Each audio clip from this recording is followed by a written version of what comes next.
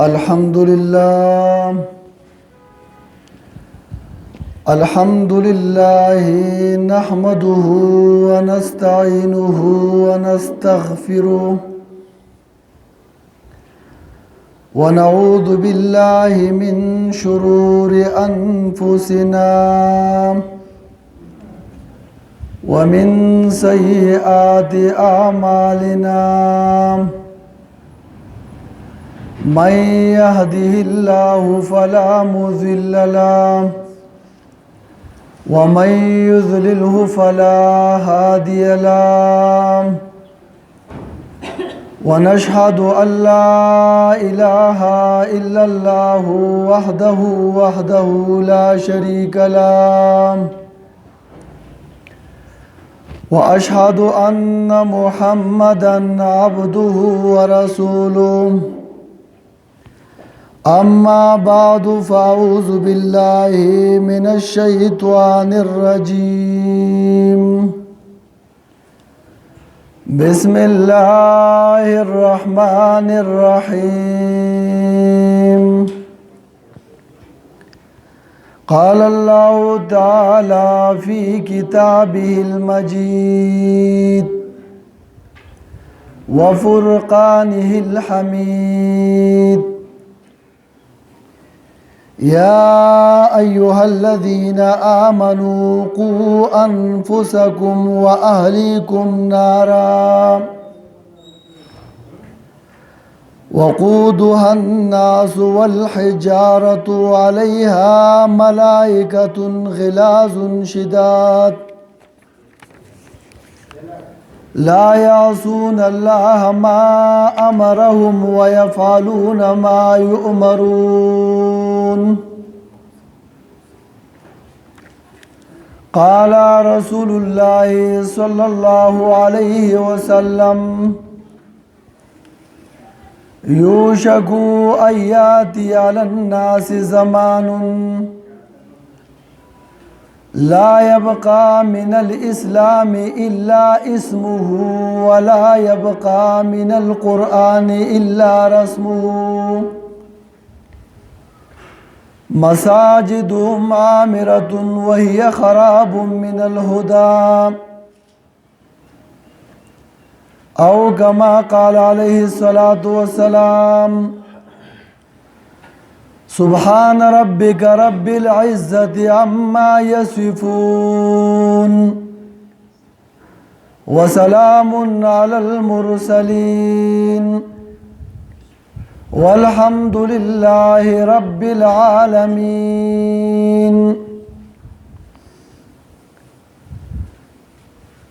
زما قابل الاحترام مشرانو کشرانو همزولو مسلمانانو ورونو، ما ستاسو د وړاندې د الله رب العالمین د عزتمن کتابنا د 23 سپاره آخرنی آیاتونه ولوست او داغین پس ما د جناب رسول الله صلی الله علیه وسلم د خلی مبارکی یو مختصر حدیث ولوست. الہ العالمین دی مالا دی آیاتونو او د حدیثو متوهرو د صحیح وضاحت توفیق را کی د ویلو اوریدلو نفس دی الله رب العالمین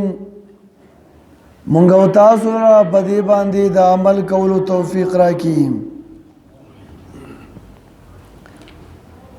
عزتمندو زمونږ او تاسو په دنیا کې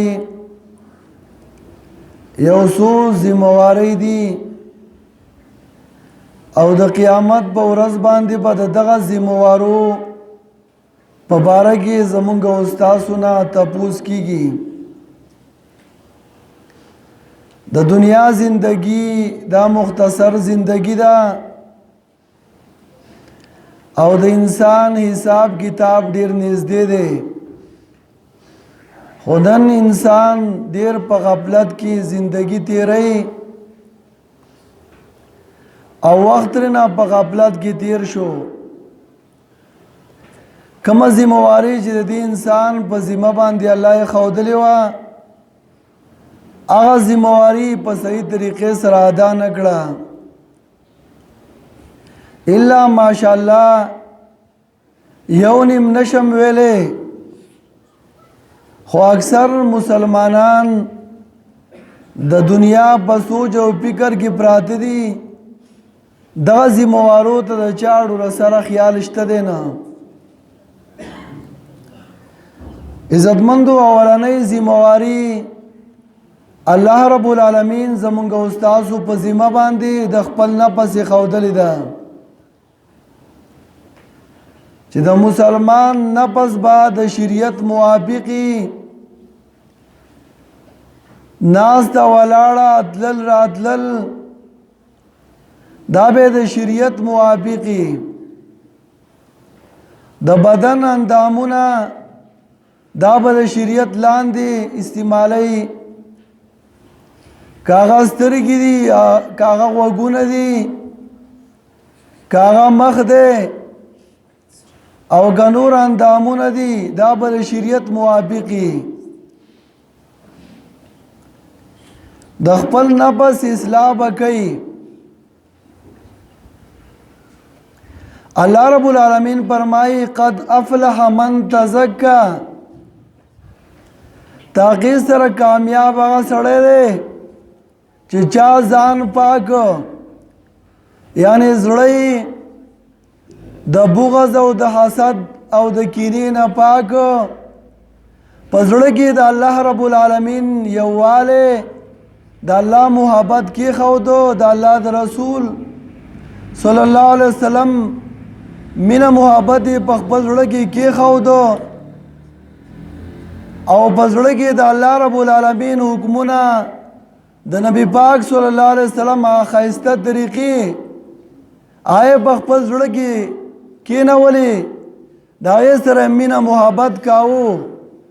نو کله چې د انسان په زړه کې د الله رب العالمین مینا محبتي داغه آثار په ظاهر باندې هم کیږي بیا به د انسان سترګې هم کنټرولي د انسان جبه به هم کنټرولي د انسان غوږونه به هم کنټرولي خو چې کله په زړه کې غلط خیالات پراته نو عزتمندو داغي آثار په ظاهري اندامونو باندې کیږي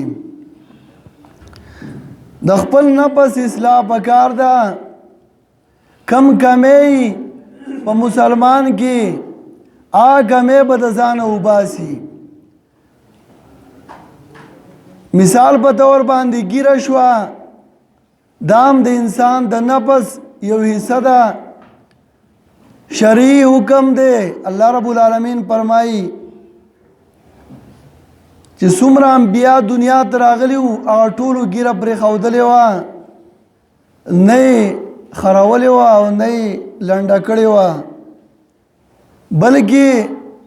د ګیره خپل حدود دی په هغه طریقه باندې ای پرې خودلې و بلکې انسان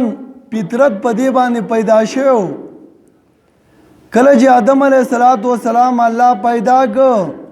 داغه بهترین ګیروا زمونږ استاد مور ابي حوا علیه السلام چې الله پیدا کړه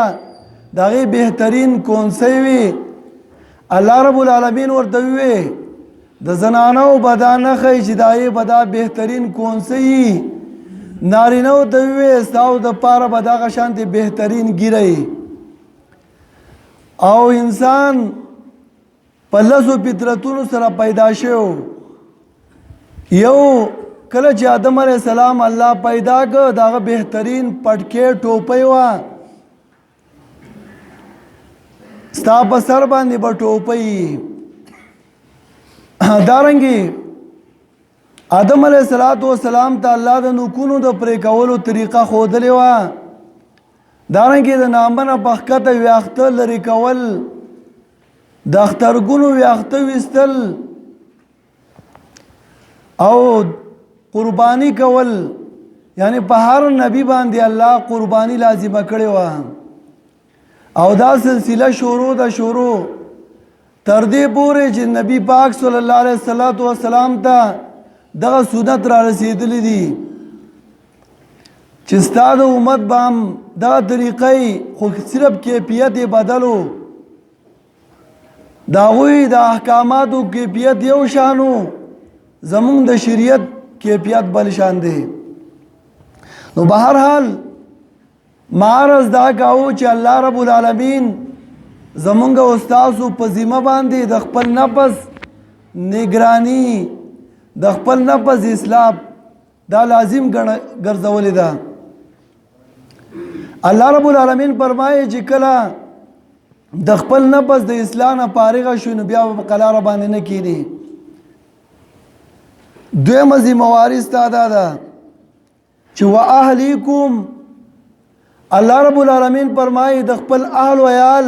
اصلاح پتا باندې لازمی ده. بچه دې پیدا شو د عالم نه به تپوس کې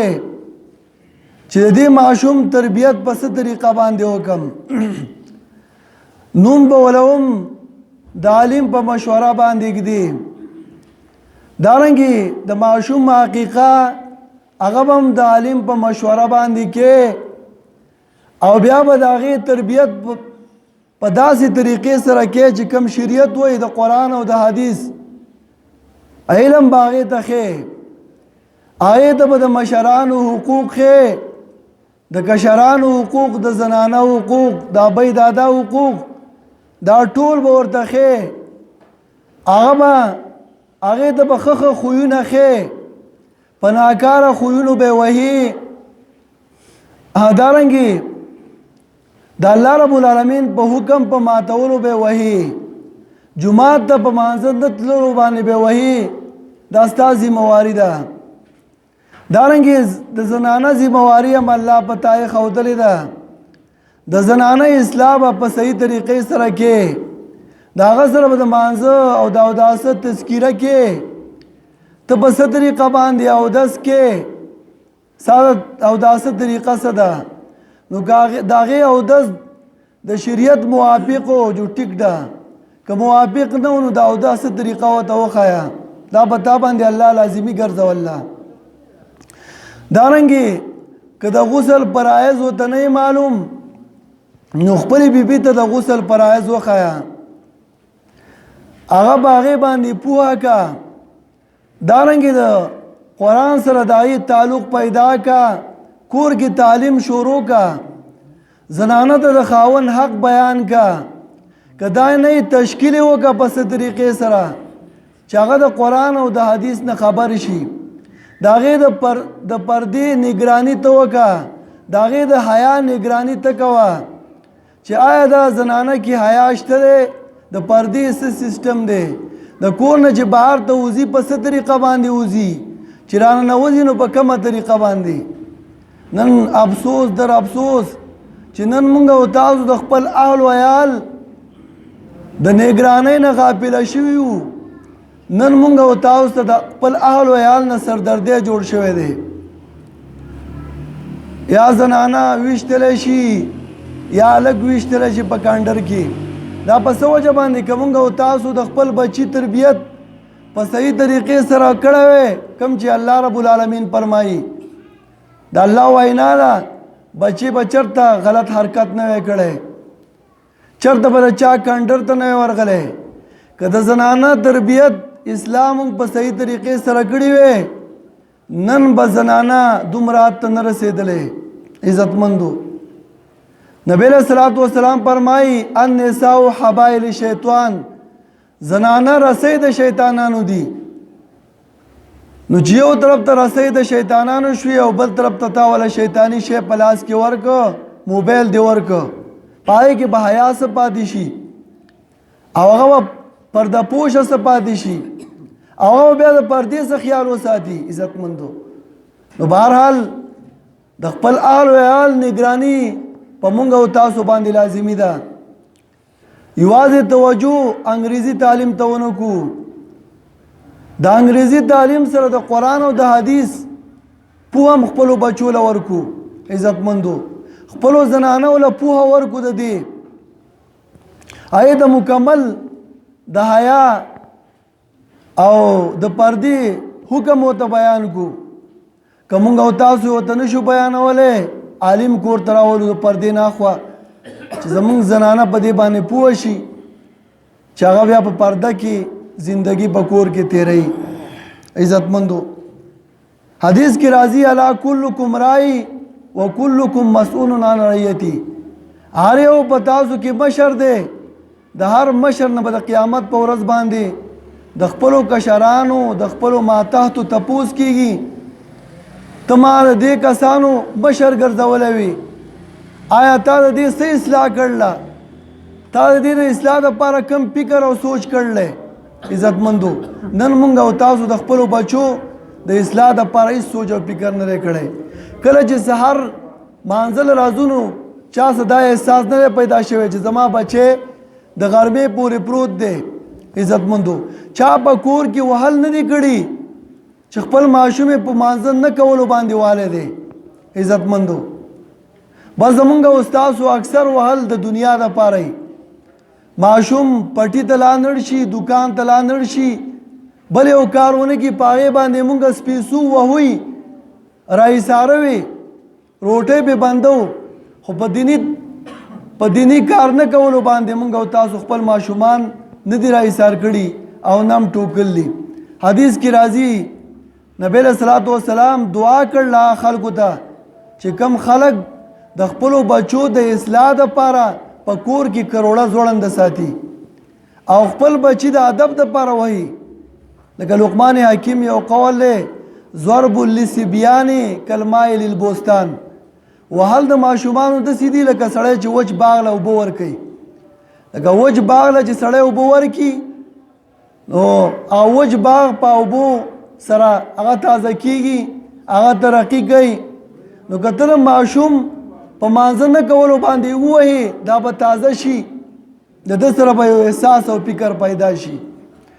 نن زمونږ او ستاسو نوجوانان هلکان د 10 بجو پورې او د 11 پورې او د 2 بجې پورې هغه موبایل ته پراته دي نو هغه به سهار مانځه له څه لاړ شي د هغې نه به ته دیني خبرې توقع څه وکړي عزتمندو د هغې نه به ته د اخلاقو توقع څنګه وکړي عزتمندو هغه ټوله شپه دغه ډرامو ته پروت دی هغه به سهار څه مونځ وکړي عزتمندو د موبایل مثال د ماشوم په لاس کې داسې دی لکه د ماشوم سره چې چاړه ورسره د کور خلک رامنډې کي د ماشوم نه چاړه اخلي وایي یاره ځان پې خوږ نه کي او بل پې خوږ نه کي د دې موبایل مثال هم د دغه چړې دی په هغې قسمه قسم خرافات په هغې قسمه قسم پلیتۍ پرتې دي او دا نوجوانان یې ګوري عزتمندو او ما یو تجربه کړله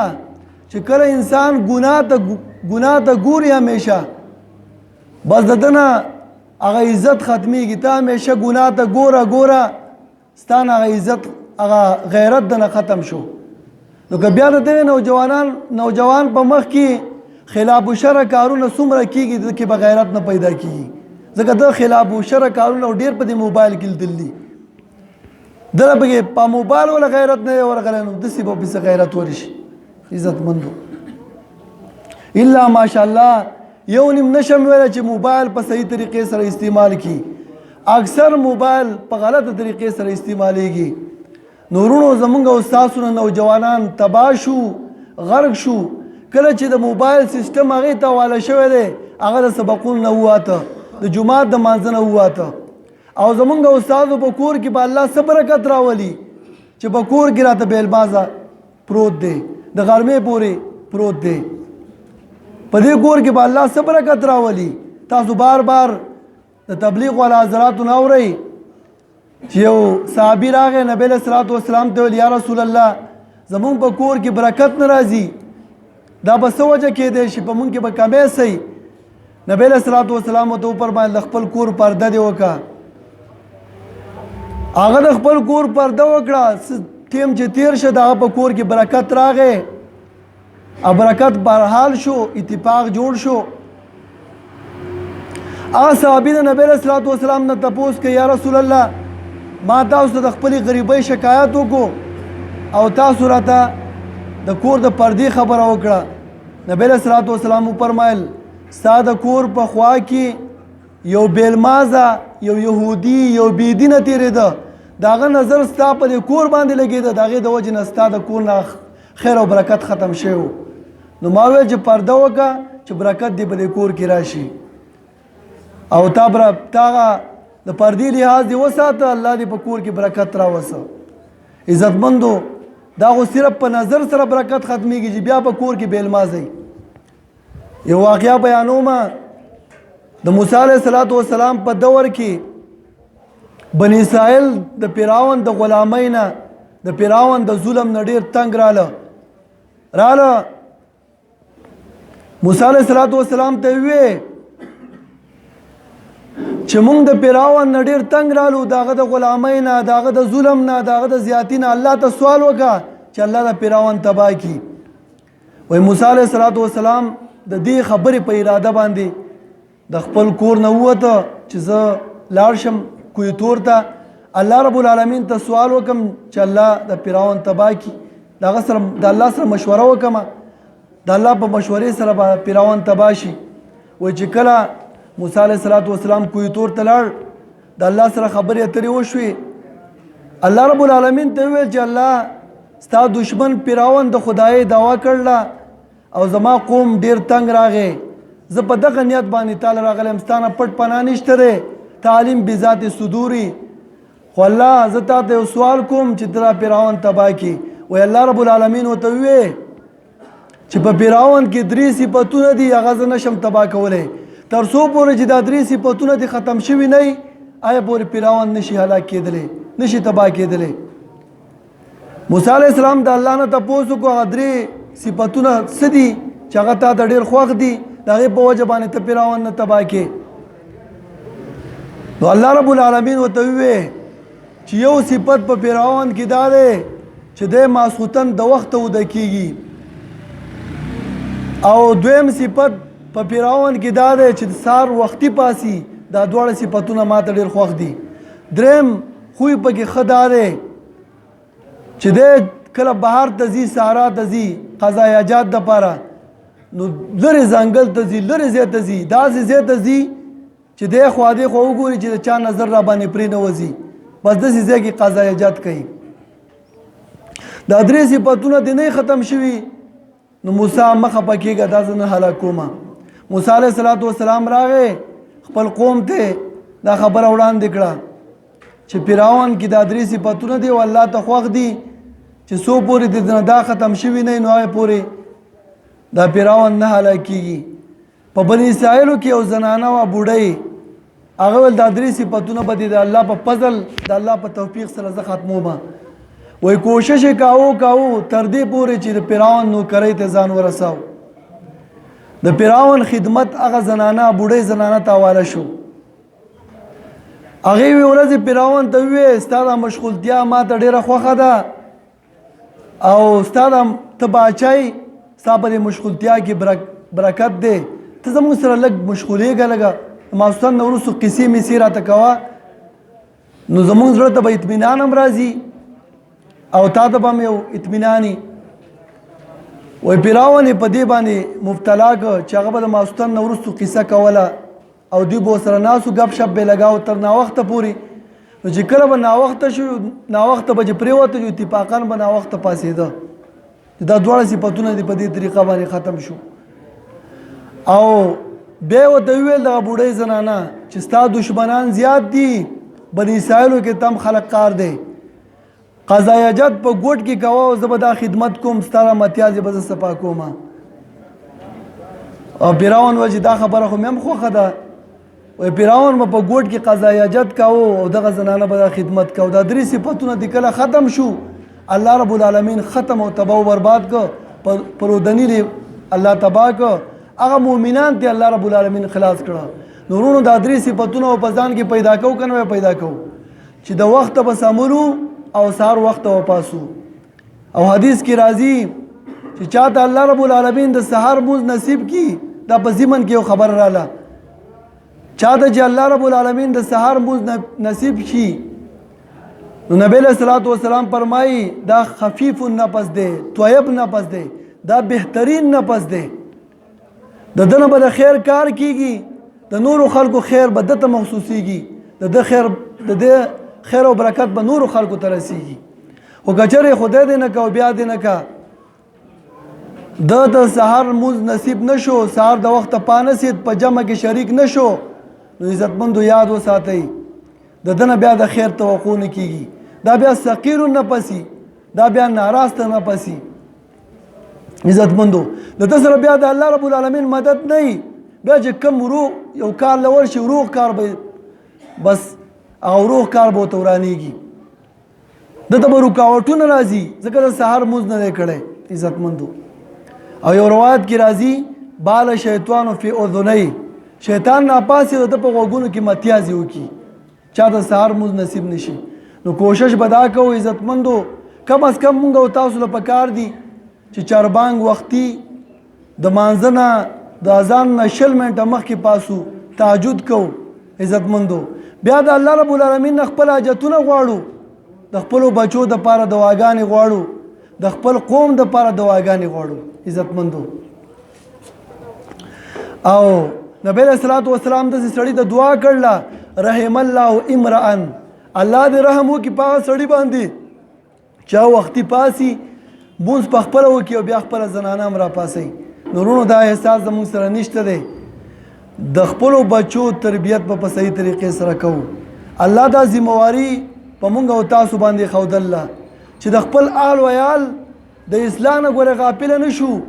د هغوی سره همیشه حساب کوو، د هغې سره همیشه احتساب کوو. بچی نن مدرسې ته تللی وي که نه وي تللی، تا څومره سبق په مدرسه کې ووایه، بازار کې د څه کول، هغې له خپلو بچو له خپلو زنانو له ټیم ټیبل جوړ کړو، د خپلو زنانو څوکیداري کوو. ستا د سبق د خپلې بیبي نه تپوس کوو تا څومره تلاوت نن کړلی،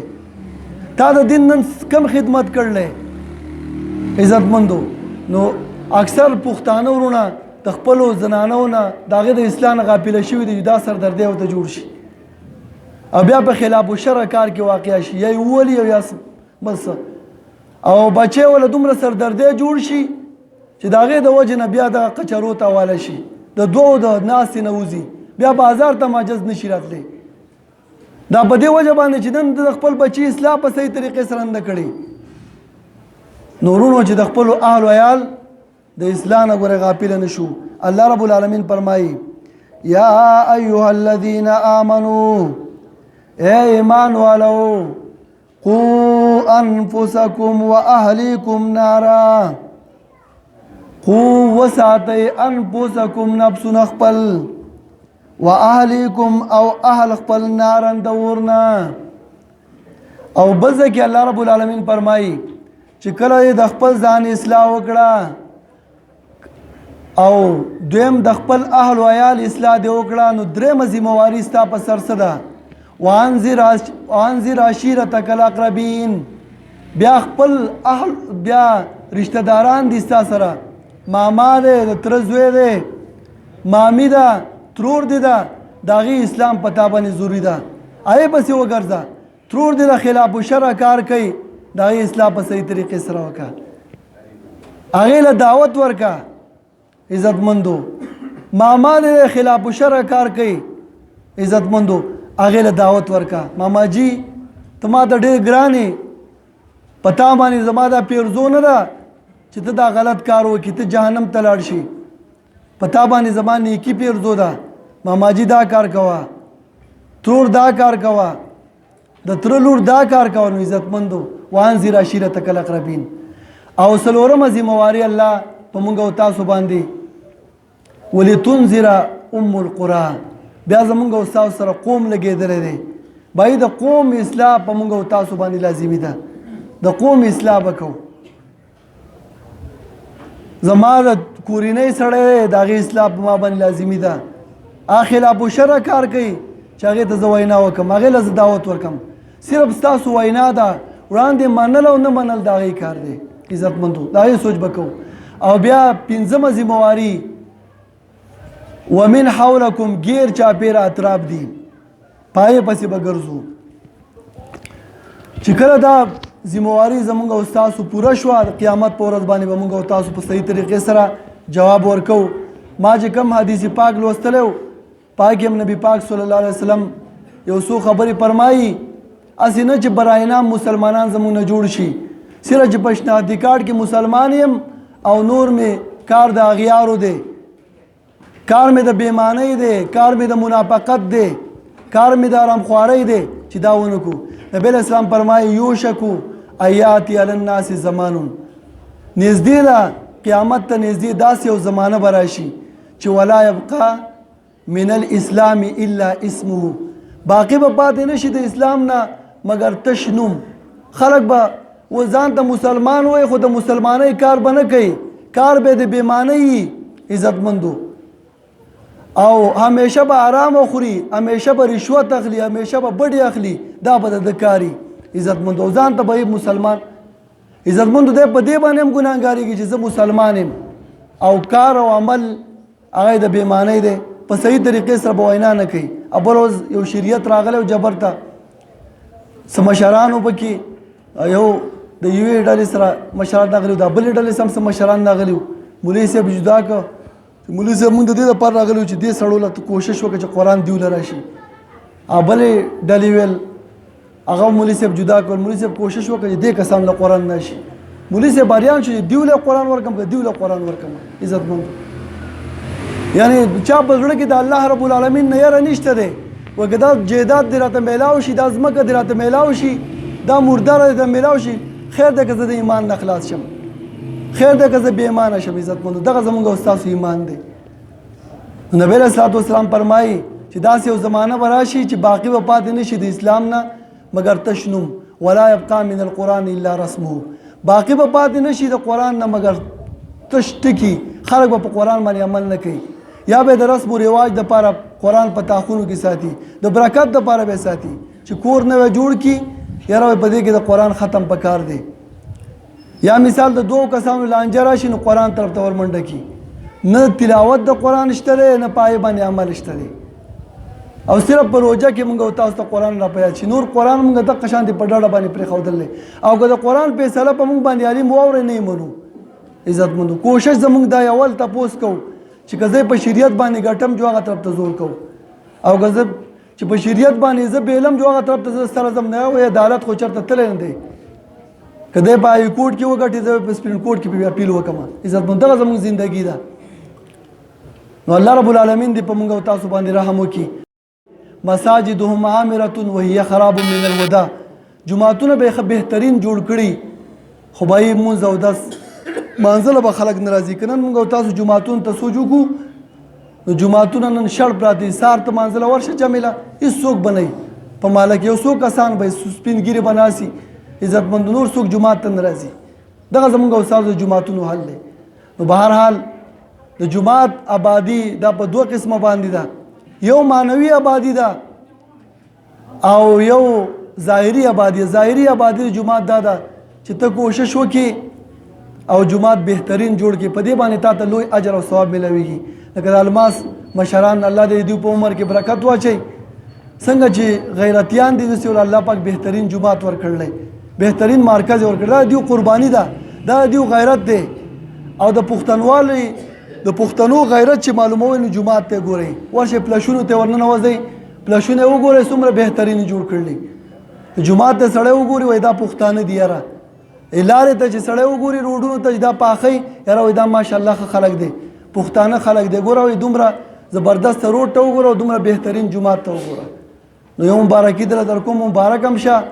چې الله رب العالمین ستاسو په غیرت سره دا بهترین جماعت او دا مرکز جوړ کو. څه مخلصین کسان دي په دې ځای کې،